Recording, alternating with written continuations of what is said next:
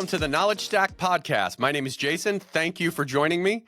Today, we're going to talk with Charley Johnson. Charley has 20 years as a professional business owner, 7 years as the president of the nonprofit Pay It Forward Foundation. He's been studying for the past 10 years with an enlightened teacher about the foundation of consciousness. And Charley's combining his business background with his rare levels of consciousness to help businesses and their employees see past their conditioning and division. My conversation with Charley was interesting.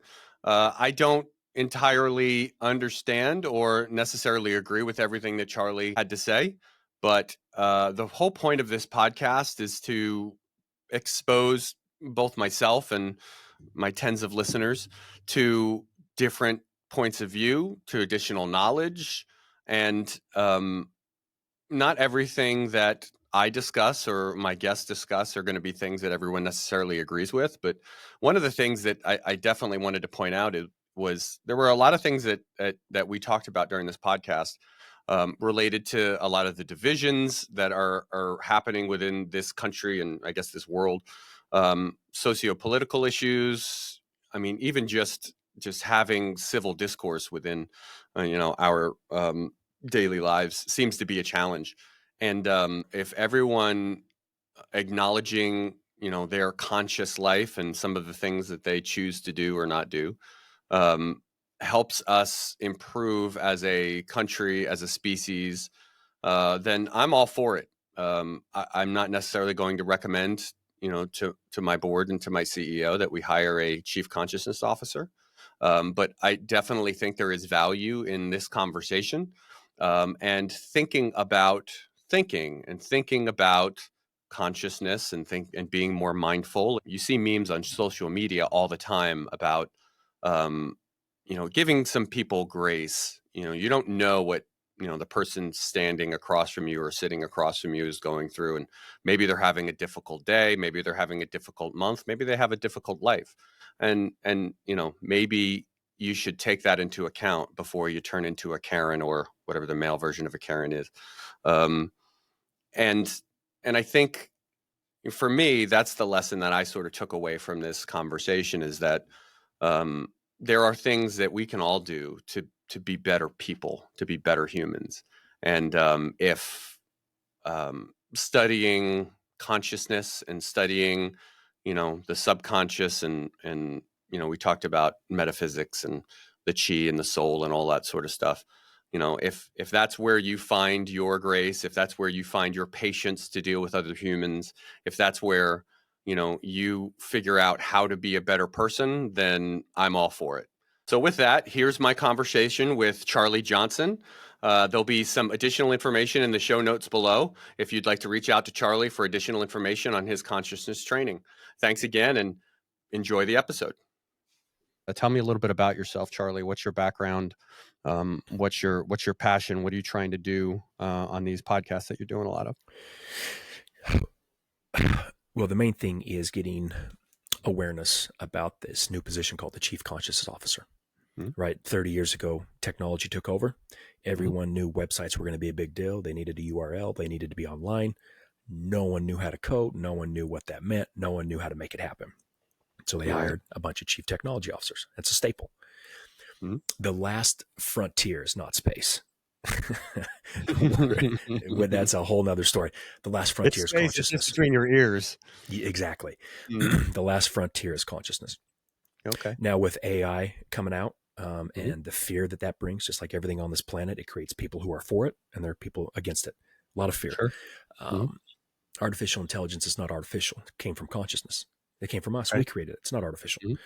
So this position is going to be an absolute necessity for companies moving forward because consciousness is going to be the central focus of humanity. Okay. Very quickly.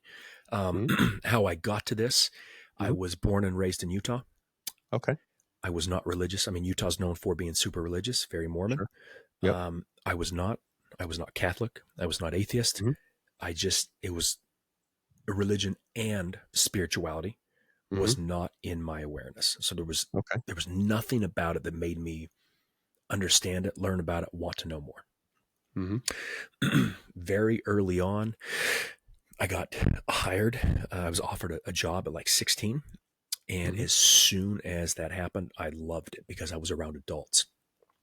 I didn't know why I didn't do well around kids my age, but I found out very quickly that as soon as I got around work and business and what adults do in their late 20s, early 30s when they get their careers going, I was like a kid in a candy store. Mm-hmm. I loved being around them. I loved learning. I loved being the most ignorant person in the room to ask the questions, to just absorb everything. And because I didn't have a certain structure or background, everything was absorbed. I didn't Okay. have bias and conditioning in a sense. Uh, the lady who saw something in me at a very early age passed away very unexpectedly a couple years into the business. Myself and another individual were treating the company like it was ours already, and she was very happy for us to do that, just to kind of build our confidence. Mm-hmm. She passed away on a Saturday. We took over on a Monday. Mm-hmm. 150 employees. I mean, it wasn't a big company, but it wasn't a small company. This wasn't like a Sure. two-man shop. Mm-hmm. A lot of adults looking at a couple early 20-year-old kids wondering if everything was going to be okay. Mm-hmm. And we loved it. We were blissfully ignorant to what we had to do. So we did everything, and it worked out. We did all the Mm-hmm. sales, all the marketing, all the traveling. He was really good Mm-hmm. with the back end operations and keeping everyone flush. It was a great combination. Great. What type of organization was it? What industry was it in? It was a manufacturing company of promotional Okay. products. Mm-hmm. So all like the shirt, everything starts out blank. This industry manufactures and imprints Mm-hmm. on them. Okay. I So was at the that face. point, were you already starting to think, you know, pardon the pun, subconsciously about consciousness No, and were you already no, formative no, there, or that came no, down no, the road? no, man, no. That's the crazy thing that we'll get into. Mm-hmm. I wasn't even thinking self development. I Mm-hmm. wasn't thinking any of that because there was something from a past life that I brought to in this life that as soon as I Mm-hmm. hit business, I just started to flourish. I Gotcha. had no You were college. keeping the lights on at this point. I had no college education. I had Mm-hmm. no background. I didn't have entrepreneurial parents. It just like clicked. Right. And it was just second nature to me, and I didn't even Mm-hmm. question it. Mm-hmm. Um, being the face and the sales and the marketing out, doing the shows and traveling with reps, I flew like 2 million miles within a Mm-hmm. like a 7-year stretch, and Mm-hmm. then I developed a fear of flying. Hmm. That's Made no strange. sense. Yeah, it's very strange, isn't it? So it got to the point where I was so miserable because of it that I left the company. Mm-hmm. I was back on a plane 2 months later to Europe. Hmm. It had nothing to do with flying. It had to do Interesting. with how this universe works. There was something Mm-hmm. that needed me out of that comfort level to get to Mm-hmm. the point where we're talking today. Okay. But at the time, Mm-hmm. terrifying, sucked. Mm-hmm. There's still a part of me that wish I could go back because it's a big size. It's a really good sized company now, and I Mm-hmm. love safety and I love security. Right. Sure. During that time as well, after leaving the company, I thought that capitalism didn't work, so I'm going to go do the nonprofit thing. Mm-hmm. I took over the famous Pay It Forward Foundation, the one with the book and Okay. the movie. Mm-hmm. Traveled around a lot, back on a plane. Got tens of millions of people involved to really help Mm-hmm. that movement expand. Beautiful, right? Great. Mm-hmm. That's me trying to save the world, right? Sure. Okay. During that time is when I finally did, because I left the business. I'm like, man, I gotta figure this out. Self Mm-hmm. development. You and Mm-hmm. I and all your listeners do the same thing. Sure. So I was finding a coach. Every one of them couldn't help me. Mm-hmm. They kept telling me, like, I don't know what you're asking. I don't understand what you're trying to. Luckily, one of them had a small enough ego to say, I can't help you, but what Mm-hmm. I think you need is a teacher. Mm-hmm. Huh. What does that mean? Do I need to go back to college? Like a professor? Like a fifth Right. grade teacher? What are you talking about? Mm-hmm. No, like a spiritual teacher. Okay. What were Again, you I looking for when you reached out to these coaches and trainers and executive, no all clue. of those sorts of things that you see all over LinkedIn? What was your intent? Were you looking, to fit into that mold? I guess I was trying to create a new identity. I was trying to be smarter, intelligent, Mm-hmm. better in business. Whatever I did next, I wanted to have that edge, right? And Mm-hmm. again, all of these coaches claim these are most amazing things. Sure, I'm sure it works for some, and some it doesn't, right? But Right. they only talk about the ones it works for, because Sure. we Obviously, yeah. Yep. we don't put testimonials on our website of where it doesn't work. The one that Yeah. did work, that's going to get the center of attention. Absolutely. The 99 it Mhm. didn't work for, who gets shot? Yep. Then that's their problem. Exactly. So she said something about a teacher. I was like, oh, huh. Mhm. Again, the universe stepped in because I had no clue. Mhm. I was sitting in the sauna about to play basketball at the local gym when some Mhm. 85-year-old dude came up to me. I had clothes on. He Mhm. was naked. I was sitting. He was standing. So, That's a formative experience. so you can tell where my eye level was. Yep. And him being 85, he didn't understand spatial awareness. Mhm. So he came up and said, I feel like I've known you from a past life. Hmm. It's like, huh, first of all, get what out of my face and take a seat. Second of all, what do you mean by a past life? Mhm. That broke open the dam. That started me to think about religion, spirituality, meditation, everything he was starting to talk to me about. Mhm. But I told you about my past because when he did start talking about it, there was nothing he had to strip me of. Mhm.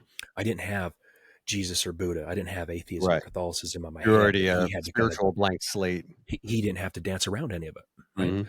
Yep. So he taught me about all this stuff, had me read books, had me Mhm. learn from his meditation teacher, which is great. Mhm. A couple weeks in, after learning the technique, no idea where this came from, but I said, there's got to be more. I'm not just going to Mhm. meditate my life away and this is going to fix everything. Mhm. And the guy said, yes, there is an individual, a very powerful individual. Um, I haven't sent anyone to him over a decade because you just don't screw with this guy. You don't waste time. Mhm. Mhm. And I said, you were 3 months out for meditating. I came up the next day and kind of forced you to meditate for me and teach me. Mhm. I said, do you think I'm going to waste this time with how aggressive I've been with you? He's Mhm. like, nope. I was like, perfect. So I met him the next week. And Mhm. then during that time, I was a big Steve Jobs fan, reading all the Okay. Walter Isaacson books, right? Sure. When I first met my really high level teacher and he opened the door, he was a twin, spitting image of Steve Mhm. Jobs. Mhm. So I wasn't looking for Steve Jobs. I was looking for him. Okay. Being the blank slate, I looked at Mhm. him and said, I have no clue why I'm saying this, but Mhm. what you tell me to do, I'm going to do. Okay. So apparently I had a past life with him and this type of high level stuff because all of a Mhm. sudden he started talking to me about stuff that very few people understand and reading books that very few people read. And it all just started flooding in. I was just kind of like Mhm. remembering, right? Mhm. But he had me. There's two types of teachers, and both of them are great. There's the Mhm. one teacher that fills your head full of knowledge, and then there's the one teacher that strips it all away so you Mhm. can understand what's going on. Okay. He was the latter. Gotcha. He stripped it all away. Mhm. He stripped all of the little bit of bias and conditioning I had, which was Mhm. very little because I didn't have a side, right? Right. He helped me understand that everything I've ever read, anything I've ever known, is all coming from the same source. Okay. He helped me understand, which I always question. I'm like, why is a Republican and Democrat? Why are two 170 IQ Harvard grad individuals with the same education, same training at each Mhm. other's throats because Mhm. one's Republican, one's Democrat? Mhm. I think Why you're why giving are me too Catholic? much credit with 170. Probably more like with 70. Yeah, well, and it's truly, it's not an intelligence thing, it's a clarity thing. Yes, agreed. If you and I are doing this podcast and there's grease on one of our cameras, we're just guessing Mhm. what the other person looks like. So when we guess, we fear. When we fear, Mhm. we choose a side. Yep. So Catholics, atheists, wars, this, that, right, wrong, Republic, it never made sense to me. I never understood the ignorance of one side thinking the other side's Mhm. the problem. Okay. It never made sense. So do you So think that the precepts, the philosophy of this, I hate to use the word system, but of this, of this idea, is it rooted in, some like Eastern philosophy? Is it, is he a yogi? Like, are we talking about those sorts of things, or is this so something so completely different? no, these are why I love these podcasts, because Mhm. when your audience hears a question like that, which is a perfectly natural mind level question, Mhm. we're trying to put a box on that individual. Sure. We think in the West, this is, so he's helping you meditate. He's Eastern. Mhm. He's a yogi. He's Buddhist. He's Right. Hindu. No, Mhm. Okay. He's none of it. Because think about what It's he's just doing to something me. different. Hmm. It's totally Hmm. it's past all sides. Okay. It's not Eastern. It's not Western. Hmm. Because my question always is, what's better, heads or tails of the coin? They're the same, right? Right. Yeah. There's reality. Yep. Republican or Democrat, heads or tails. Right. Eastern or Western philosophy, heads or tails. Hmm. Catholic, atheist, Sure. heads or tails. See, that's the Right. ignorance of 8 billion Okay. people on this planet, which I'm Hmm. not saying it's wrong. I'm just saying let's have these conversations and say, you just told me heads and tails are the same. So why do you keep choosing sides? Right. You honestly believe that your side is the solution, the other side's the problem? Well, they think you're the Hmm. problem and they're the solution. Well, Hmm. that's not right. We're right. Bullshit. Hmm. You're not understanding. Sure. That's the level of consciousness on this planet, the lack of Hmm. clarity. Right. So he helped me get to that point. That's where Hmm. me trying to figure out when you're neutral Hmm. and the whole rest of the world's polarized, Hmm. people don't understand if you're for them or against them, so they don't really talk to you. Well, I guess They don't. the other thing, I mean, the coin still has two sides. There still is a heads and there still is a tails. One isn't necessarily better than the other. Mhm. I think, there's a place for those, and I agree, they still fit into a box, but that's the way we sort of relate to things, right? I see something, I recognize it. It's simple pattern recognition. So, you know, there's going to be similarities, I would imagine, to all of those, whether they're Eastern, Western, whether it's neo thinking, whether it's something from the Pope. It's all, it's all. You could certainly take pieces of all of those things and not constrain them inside of a box. So is that sort of the approach? Is take Yeah. all of the goodness from a lot of those things, and I'm using the word goodness, I'm not using it in a good versus bad, but take pieces from all of those things to assemble a new thing, a new entity, and that's what this consciousness movement is about. Do I have that right, or am I still on a different planet? No. You're on the same planet. Like you said, Okay. they both can exist, right? They have Sure. existed for the sense of the beginning of humanity. Yep. Sides Yep. have existed since the beginning of humanity, right? Hmm. So instead of going into detail of every one of your questions, my Right. question is, Hmm. how's the world doing? How's this side choosing doing? We've never been Hmm. more divided and conflicted, ever. Sure. Yep. We've never had more access to technology. We've never had more access to knowledge. We've never had more than 10,000 books on happiness, and we've never been so unhappy. Hmm. So again, like my teacher used to do to me, I'd ask him 1,000 questions, and probably 900 of them, he would Hmm. change the subject because he knew that it wasn't relevant. So Okay. my question is, you're right. Hmm. No matter what you come back with me at, you're right, because that is your perception. That is your experience. And that's right. Sure. A Catholic's experience and an atheist experience is right. That's what they're seeing. That's Right. their condition. That's their bias, right? Right. Nothing. Mhm. That's the neutrality. There's nothing wrong Mhm. with anything. When you said the coin, the question is not which one's better or that they're the same, or can we take the goodness from both sides? The question is, where the hell did the coin come in the first place? Mhm. Okay. Let's go one level deeper. That's where consciousness is. Because you, me, your listeners, the Catholic, the atheist, Republican, the Democrat, the physical, the non-physical, Mhm. everything came from consciousness. Knowledge is structured in consciousness. Any book you've ever read, any video you've ever seen, anything you've ever learned, anything you've ever been taught, anything you've ever experienced, anything theorized, any idea you've had, it's all consciousness. Mhm. Okay. So I'm just bringing awareness to, where did the coin come from? I'm just bringing awareness to, you truly believe this other side's the worst thing in the world and the devil. They think you're the devil too. It Of course, doesn't yeah. mean I'm going to change anyone's mind. But what it Right. does is it goes from here, just a slight expansion of awareness, and you start to see things, you start to see a little bit more. Okay. And all we're looking to do with this position within organizations and politics is to take a fifth grader and take them to seventh grade. Okay. If I'm a company or I'm a politician or I'm the world, and we take billions of people and shift them that way, that is a massive, massive shift for the division and conflict that starts to minimize on our planet. Because Okay. fifth grade still believes in Santa Claus. Seventh grade, you start to question if Santa Claus is your mom or dad. Sure. That Yep. shift is massive. Mhm. That's no longer part of your reality Correct. or part of your consciousness. Correct. So do you draw a line? Is there a distinction between reality and consciousness in your mind? No, no. See, that's the thing. So Mhm. we still have a significant amount of people that believe the brain is created by the consciousness is created by the brain, Okay. right? So that's like listening to your car radio and thinking the band is right there inside your car. Okay. The brain is merely a filter. Okay. Okay. Where do you So think that consciousness comes from? no one will ever know. Okay. See, so when people start to talk about the details of it, that's like saying Mhm. our very limited perception, our mind that's divided, this tiny little tool that sees a tenth of a trillionth of the light and the experience. Mhm. We don't have the capacity to know consciousness or God. What we do know Okay. is that everything is consciousness.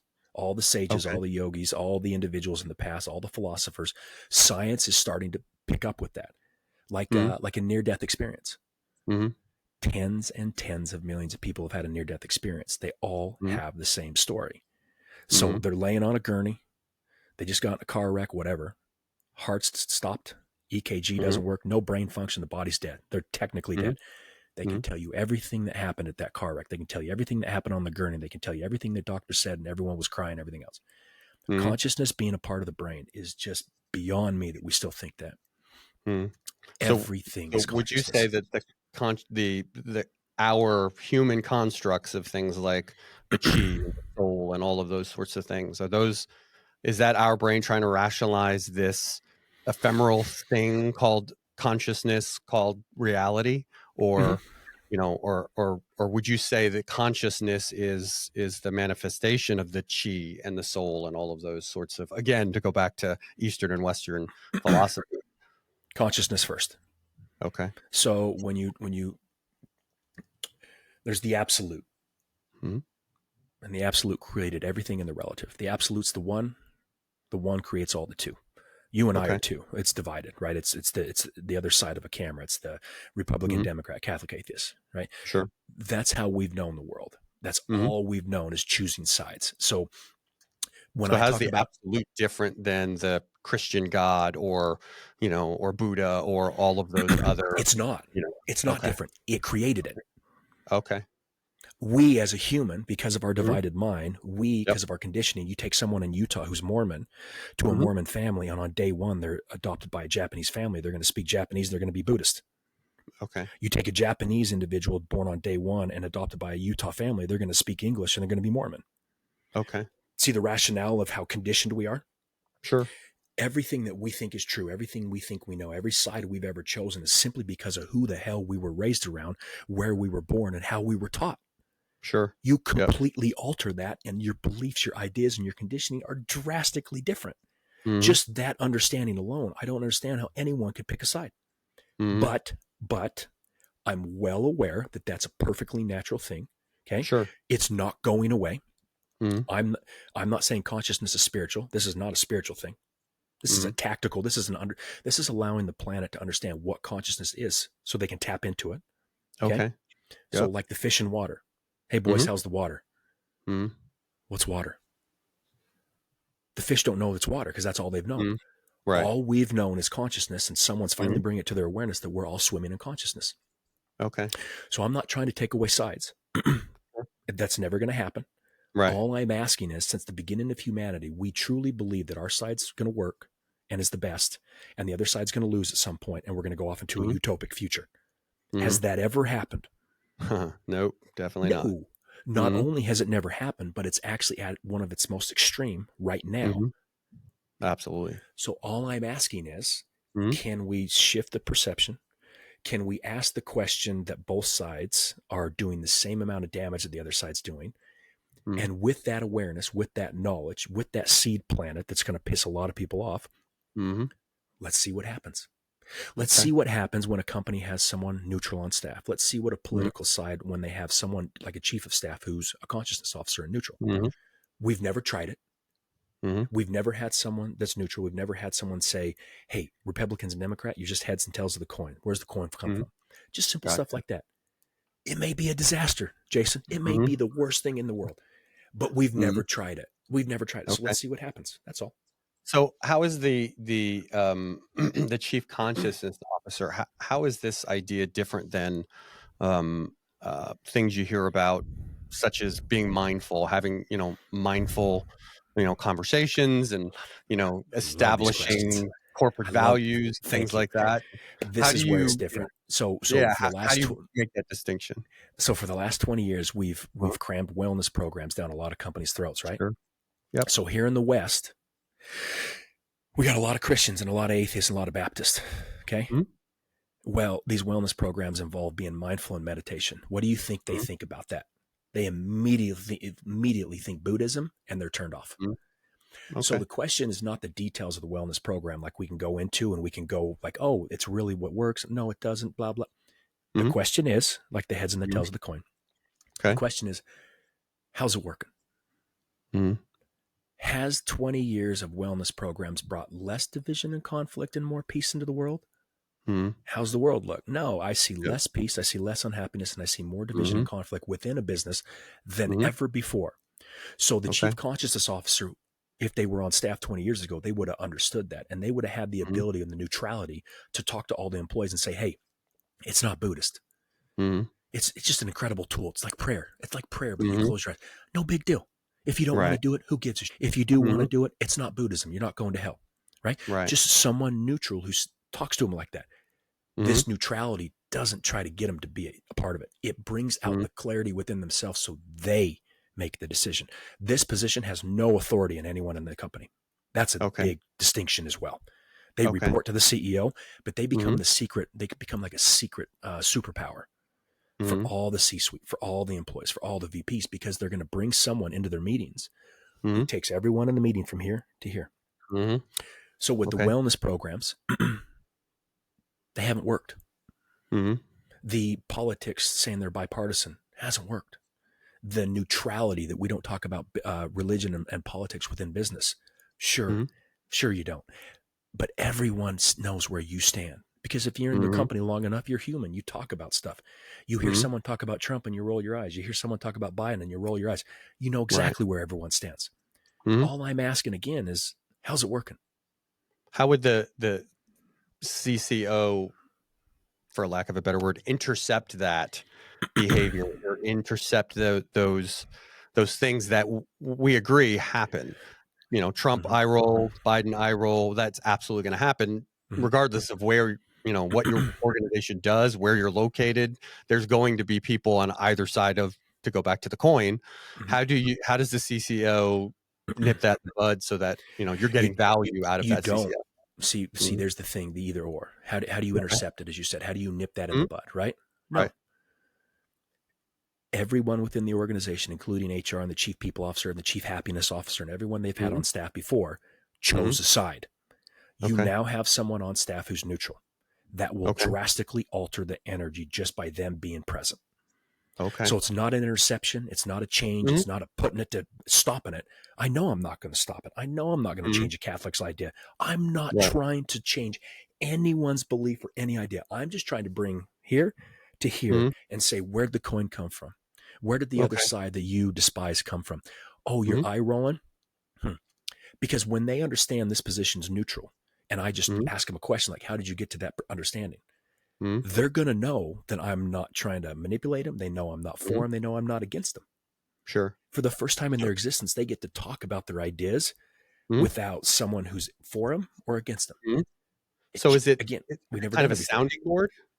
Sure. Is the CCO somebody who maybe will participate in executive strategy meetings and things like that? And and when we run into a crisis of consciousness, whatever that looks like, we point to this person and say, "Help us out." We need some coaching. We need the yogi to help us out and you know get us back on track, or identify you know where we maybe need to neutralize where we're at in this conversation. Is it that sort of function, or is it more hall In a monitor? sense, no, in a Mm. sense. The psychological hall monitor, or the consciousness hall monitor? So here's how the mind works. Yep. In that little 1 minute question you just had, you said Yep. yogi, which it's not, so Yep. it's not spiritual. Right. Secondly, we're trying to put a box around it. So it's, is it like a hall monitor? Is it a therapist? Mhm. Is it a yogi? Is it no? Mhm. None of it. Right. None of it. I get And that. all of I'm it. trying to And understand all what of it. that person All of it. does. How the Mhm. person comes. Yeah. If the person thinks it's like a yogi because that's what they're specialized in and that's how they feel comfortable, the person's a yogi. If they think it's a hall monitor, it's a hall monitor. If they think it's someone neutral, it's neutral. It's someone that can be strategic for the CEO and their planning and take their structure from here to here. Great. If it's a chief marketing officer who's run out of ideas, cool. There's a lot of ideas outside of this perception. That person's going to do that. Customer service at the watering hole. Someone comes up and says, man, I really hate Ed. Why? He's a Trump guy. We're really, well, you're a Biden guy, I assume, right? Yeah. Okay, cool. He thinks you're crazy. He thinks you're just as crazy as he is. Huh. Okay. Those conversations, those emails, being the secret weapon with all the meetings, just being entrenched in the company, because what we've done in the past with coaches and conscious leadership is they come in for a couple of weeks, they talk to 10 executives and then leave. Right. What about the 5% of the company, the other 1,000 employees? Sure. It's not going to leak down because the executives don't understand really what conscious leadership is. They don't have the clarity to be neutral on that. Truly, this position, this position is just, like I said, the CTO 30 years ago. Okay. So your questions are being asked in a great way. They're very intelligent, very good questions because they give me practice. But I'm assuming these same questions were asked 30 years ago when someone said, we need to hire a chief technology officer. Sure. Oh, that's a fad. What do you mean by this? What do you mean online? What's a URL? Coding? You mean those crazy guys that game over in the, like, those guys have no business sense whatsoever. And now it's a staple within the C-suite. This is the same thing. So what I'm doing is just bringing awareness to consciousness, bringing awareness to the position, and allowing these conversations to have, so I can answer these questions in a way they're not used to at least shift their perception and their awareness. So I'm very appreciative of you allowing this to happen. Absolutely. I mean, the whole point of my podcast is this is absolutely outside of my skill set. This is not something that I'm very well versed in. I live on the earth. I respond to stimuli just like everybody else. I was raised Catholic, somewhat lapsed Catholic. I'm I got a science mind. I like to think about things, and I like to have conversations with folks like you about something that I would not ordinarily think about. So, this is interesting to me. Quite honestly, I don't entirely get it. And I think that's kind of the point.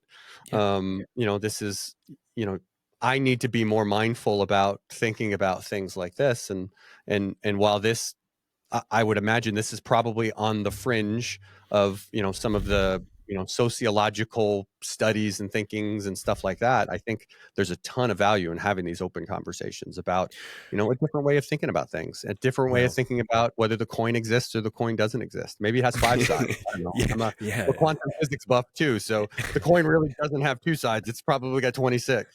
It's probably got multiple, but which is cool. Those questions are cool, but you realize that we don't really get into that esoteric talk in this conversation. Sure. Because when you do, that's not how the human mind works. Right. We're literally talking about 2 things, sides and no sides. That's it. You want to talk about quantum entanglement and string theory, and the coin probably has 1,000 sides and infinite realities, etc. That just confuses the shit out of people. And it doesn't help us on this 3D realm where you and I are talking. So what I heard in your last part is I'm a science guy. All I'm going to say to that is science helps the magical be proved and become normal. Okay. Because of consciousness on this planet shifting so quickly and aggressively, the science minds on this planet, science is going to help this become more normalized very, very quickly. Sure. All way of that easier to use mythical, science to rationalize, the reality of the world. It's going to be great. Than it is, to pull out. It's going to be God awesome. or Dharma or all these other things because those are not real. They're exactly. They're not. People believe them, and I 100% respect those that have beliefs that are different than mine, which is why you're here. But it's a whole lot easier to be empirical, and it's a whole lot easier to write something down that you can prove a physical reality. It's easier. You can't write down God and man. You feel that in your soul, you feel that in your chi, you feel that in all of those, spiritual things. It's just, it's way easier to prove something based on empirical evidence than it is based on feeling and belief. And Science, empirical evidence, repeating patterns, theories, experiments, all of it. Every single one of those is a word we created. It's a construct. Sure. But it's what we use, just like the word consciousness is a construct as well. Everything I'm talking about is a construct. We expand our awareness to better understand what we have tools, what we have access to be better humans. Okay. That's all. And science is catching up. Oh, it's awesome. And that's exactly what we need at this point in time. So we can take the mythical and the magical, make it normal. Because to me, all of this mythical and magical and all this science stuff and everything that with empirical evidence and how we prove things, the most magical thing on the planet is that you and I came from a single cell inside a woman's body. Right. There was nothing. There was nothing. There was none of this consciousness or conscious or eyes or organs or holy. And because 8 billion people came from the same place, we just take that as like normal. Right. No. Yep. We've just done it 8 billion times. Oh yeah, that's how it is. You'll learn that in 5th and 6th grade in maturation class. Oh, cool, that's awesome. But all this other stuff is mythical and magical. Seeing someone levitate's magical. Quantum entanglement's magical. Oh, okay, all right, that's fine. Whatever. So let's take it back to the organizational stuff. So I convinced my CEO that we need a CCO for 2026, and we hire a CCO, and we've got a chief consciousness officer. What should our executive team expect? Will be the result of that astute hire.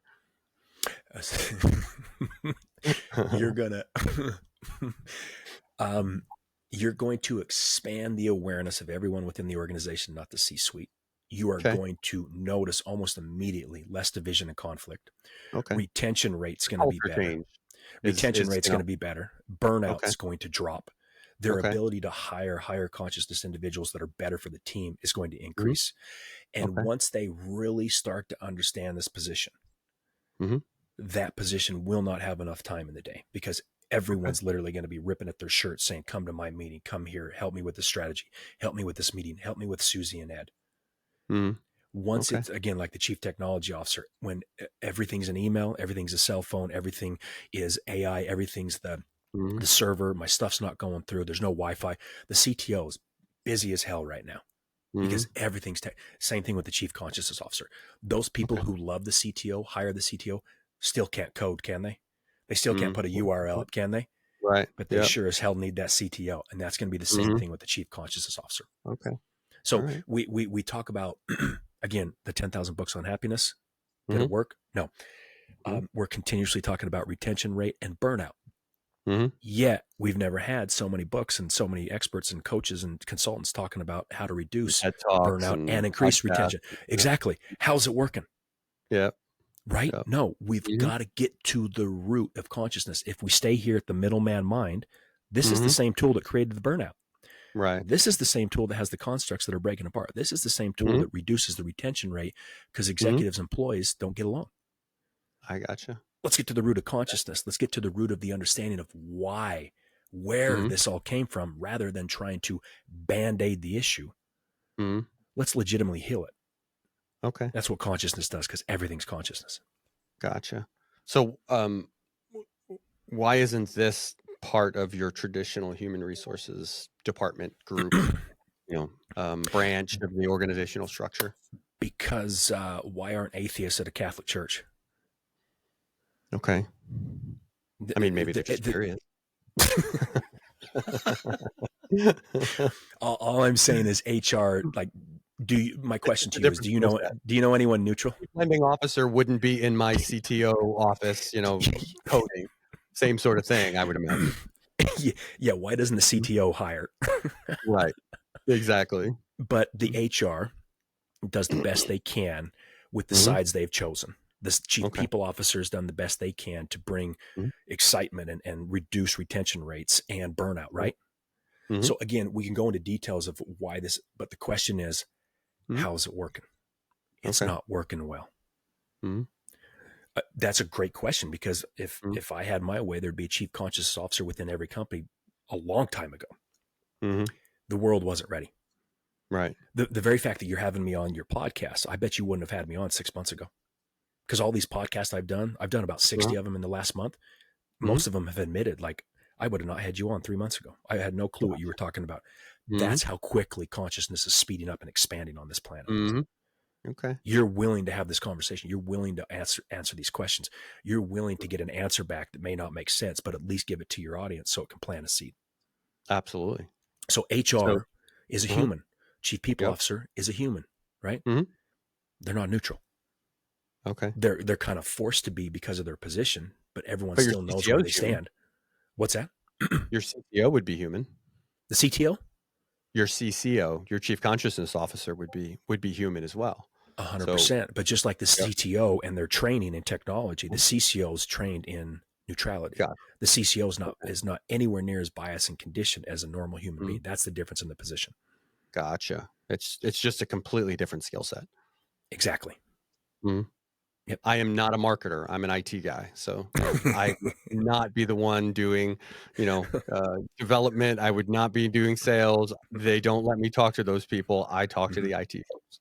And that's, same sort of parallel. So, okay. That's exactly it. So the CCO doesn't replace HR, doesn't replace the Chief People Officer, doesn't replace anyone, has no authority, right? It's legitimately a drastically different set of, what would you call it? Skills, technique that a company's never had.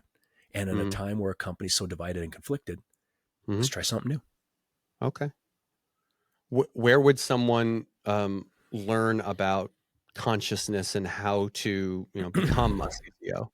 Like, what if any of my listeners are interested and they want to sort of take this to the next step, what's an approach they might take?